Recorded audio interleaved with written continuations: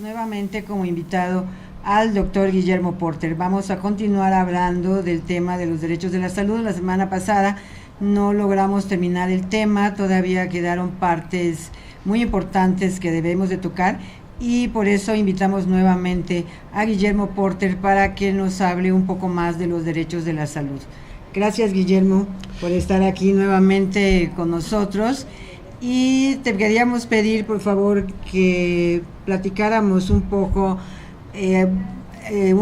de esto que estábamos hablando. Ya la semana pasada les comentaba que Guillermo es el coordinador nacional de la Comisión de Derechos Humanos y Seguridad Ciudadana, que fue publicado en el Diario Oficial el 12 de septiembre del 2012.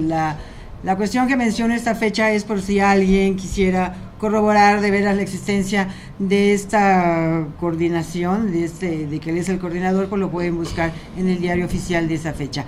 Vamos a hacer un pequeño resumen, Guillermo, por favor, de lo que comentábamos la semana pasada, de lo que son los derechos de la salud. Sí, Silvia, como no, con mucho gusto y muchas gracias por haberme invitado nuevamente para continuar con este tema tan importante. Sí, como mencionabas, la comisión esta, que es la Comisión de Derechos Humanos y Seguridad Ciudadana, surge en virtud de un acuerdo que se publica en el Diario Oficial el día 12 de septiembre de 2012 y se publica el 29 unas reglas en donde se establece la regla 17ª, 19ª, la existencia de 12 comisiones, una de ellas la de Derechos Humanos y Seguridad Ciudadana. El enfoque que nosotros hemos estado haciendo aquí a la salud básicamente es un enfoque desde el punto de vista de los derechos, de los derechos humanos. Y entonces habíamos pues comentado, por cierto, el propósito de la comisión es incidir en política pública que permita la gobernabilidad y el desarrollo político del país, y el día 18, el martes 18, se aprobaron en la Secretaría de Gobernación, en el Salón Revolución, se aprobaron los lineamientos para el ingreso de nuevas organizaciones y personas a la comisión, al mecanismo, se llama amplio de coordinación, de la colaboración de la sociedad civil y el gobierno federal. Entonces veíamos pues en la ocasión anterior que desgraciadamente había una poca o mala comprensión de qué es un derecho. Poca y mala. Poca y mala, no poca o mala, es poca y mala. Poca y mala comprensión. Entonces, una poca y mala comprensión de qué es religión, de qué es moral, de qué es ética y de qué es derecho. Platicábamos que Constantino en el 325 aproximadamente resuelve cambiar la religión del Imperio Romano por diferentes razones. No entro en los detalles, pero decide cambiar la religión del Imperio Romano. Y entonces resuelve hacer la religión universal de Roma. La palabra latina para universal es católico, y entonces hace la religión católica, apostólica, romana. Y entonces esta religión, que es la religión de Roma, Roma es la potencia del mundo en ese momento, el mundo conocido, establece una serie de acciones que son correctas, que son virtuosas, y una serie de acciones que no son virtuosas, se consideran pecaminosas o pecados. Entonces, la religión y la moral son lo mismo, de suerte que este criterio es un criterio que está vigente del siglo IV hasta los albores del siglo XV, cuando se presenta lo que se conoce como la Ilustración. Y entonces al surgir la Ilustración, empieza a surgir una nueva visión del mundo, se llena de luz, o empieza a llenarse de luz la concepción, y pasamos de este enfoque romanocéntrico, llamado por alguna gente teocéntrico, pero en verdad es erróneo esto de teocéntrico, porque pues Dios no es el Dios de Roma, no es tan solo el Dios o la concepción de Dios de Roma, sin embargo los romanos ponen el título de teocéntrico. Claro. Y pasamos aquí en el siglo XV, al inicio de la Ilustración, a un enfoque ya tomando al humano como centro, se llama antropocéntrico. Y en este enfoque antropocéntrico podemos, según estábamos platicando, ver al hombre como la parte central, natural, o ver al hombre como un ente social. Nos acordamos que Aristóteles definía al hombre como un son politicón, y además definía una de las características del hombre, que era el ser racional. Entonces la racionalidad era muy importante, y el hecho de que el hombre era un ser sociable era muy importante. Si platicábamos, nos íbamos a guiar por el hombre ser natural, entonces caíamos en algo subjetivo, que es la moral Y de ética. moris, de morada, y la ética. La moral viene pues del latín y la ética viene del griego. Ethos es razón, tikos es relativo, lo relativo a la razón. Entonces esto es por el lado natural, pero por el lado social, para el hombre poder convivir en sociedad, el hombre tiene que aceptar una serie de normas. Esta serie de normas que el hombre eventualmente acepta son normas jurídicas, y estas normas jurídicas tienen diferentes características.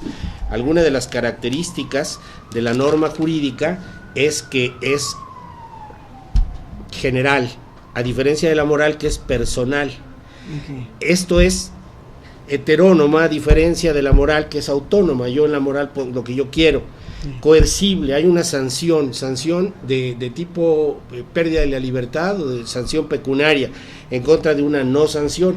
Cuando uno falta una norma moral o una norma ética o una norma social, pues a lo mejor no me dejan entrar a la fiesta porque no fui de etiqueta.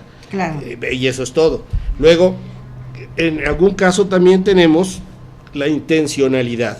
De manera que el derecho es el conjunto de normas vigentes y que se aplican en una comunidad, derecho vigente y positivo, que nos permiten convivir. Entonces, en materia de salud, platicábamos que hay una serie de derechos, que son los derechos que son vigentes y que son los derechos que nos permiten convivir. Hablábamos un poco de la jerarquía de la ley. Y bueno, hablando de la jerarquía de la ley, hablábamos pues de diferentes... Hay diferentes tipos de leyes, todas las leyes son iguales, son diferentes tipos de leyes. ¿Esa es la jerarquía o cómo se maneja? ¿Cuál es la jerarquía de la ley? Sí, mira, desde luego hay la materia de la ley, hay leyes que se abocan o enfocan a aspectos particulares. Entonces hay una ley que refiere que se llama el Código de Comercio, y hay una ley que se llama Ley Orgánica de Administración Pública Federal, y hay otra ley que se llama Ley de Deuda Pública, y hay Ley de Ingresos y de Egresos. Hay de diferentes materias, ocupan y se abocan a estudiar diferentes cosas. Aquí, desde luego, estamos hablando particularmente de las leyes que están relacionadas con salud. Con salud. Ahora, en cuanto a jerarquía, el rango máximo de jerarquía de la ley es el acto en virtud del cual tú constituyes o te constituyes en una persona moral en los términos del artículo 25 del Código Civil. El Estado es una persona moral. Los elementos del Estado: pueblo, gobierno, territorio, ordenamiento y fin común, y la razón de ser de integrarnos es el bienestar de la comunidad. Entonces, la norma sobre todas las normas pues es la Constitución política de los Estados Unidos mexicanos. Al nivel de la Constitución política de los Estados Unidos mexicanos están los tratados internacionales. Entonces, que veíamos un poco ya la vez pasada. Que veíamos un poco. Así del artículo cuarto. Del artículo cuarto, que mencionabas, que era la ley del derecho de la salud, y los tratados internacionales, que prevalecía el mexicano. Así es. Antes. Si estuviera en contra. Si estuviera en contra. Si hay algo en contra, sí. Sí, esa, ¿no? Así es, sí. Exactamente así es. Sí. El artículo 5º constitucional, en lo referente a qué características y qué obligaciones y qué tiene que cumplir alguien para poderse dedicar a una profesión. El artículo 5º refiere que cada quien se puede dedicar a la profesión, oficio que sea, siendo lícito, a menos que la ley establezca ciertas condiciones particulares para el ejercicio. En este caso pues, estamos hablando de médicos, estamos hablando de enfermeros, enfermeras, estamos hablando de profesionales de la salud. Que eso platicábamos hace un rato y se me hacía muy interesante. Este derecho o estas obligaciones que tienen los médicos, ¿saben que los tienen? O sea, en las escuelas de medicina les enseñan todos estos derechos y obligaciones y todas las posibilidades que tienen los enfermos de establecer alguna demanda, denuncia o como se llame, en contra de ellos. ¿Qué es lo que ellos tienen que hacer? ¿Qué es lo que ellos tienen que dar? ¿Todo esto lo manejan? Desgraciadamente los programas a nivel de licenciatura tienen solo un semestre, en algunos casos y en algunas instituciones no lo tienen, de materia jurídica, pero básicamente se enfocan a la medicina legal, la medicina forense. Entonces es como una pasadita, como un barniz ahí de muy superficial, pero desgraciadamente la mayoría de la legislación la gente no la conoce, y incluyéndose los profesionales de salud. Por ejemplo, Hablamos de profesionales de salud, no solamente la parte médica, sino todo lo que es gama de salud, incluyendo la gente que recibe estas denuncias.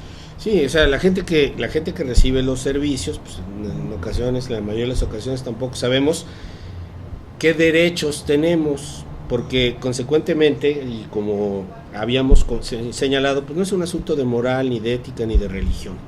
Aunque esté muy cerca de la moral, de la ética y la religión. Exacto, se confunde mucho. Se confunde mucho, Silvia. Como está de por medio la salud, y como está de por medio la vida, las lesiones, etcétera, la pérdida de la vida, pues la gente de repente no sabe cómo conducirse. Y entonces tratamos de decirles a todos quienes nos estén viendo y escuchando que no estamos hablando de moral, ni de religión, ni ética, estamos hablando de derecho, estamos hablando de ley, estamos Exacto. hablando de algo que tiene el carácter de obligatorio, que si no se cumple hay una sanción. Y sería muy bueno también invitar a todos nuestros amigos de la rama de salud, a todos nuestros amigos médicos y a cualquier persona que se dedique a todo este tipo de tratamientos alternativos y tratamientos alópatas, homeópatas y de cualquier tipo, a que se documenten, a que sepan cuáles son sus también ellos tienen derechos, sus derechos y sus obligaciones para con los pacientes, ¿no? Sí, o sea, el primer derecho que tienen los profesionales de salud del tipo de medicina que sea, pues es a recibir por su trabajo un honorario. Un pago.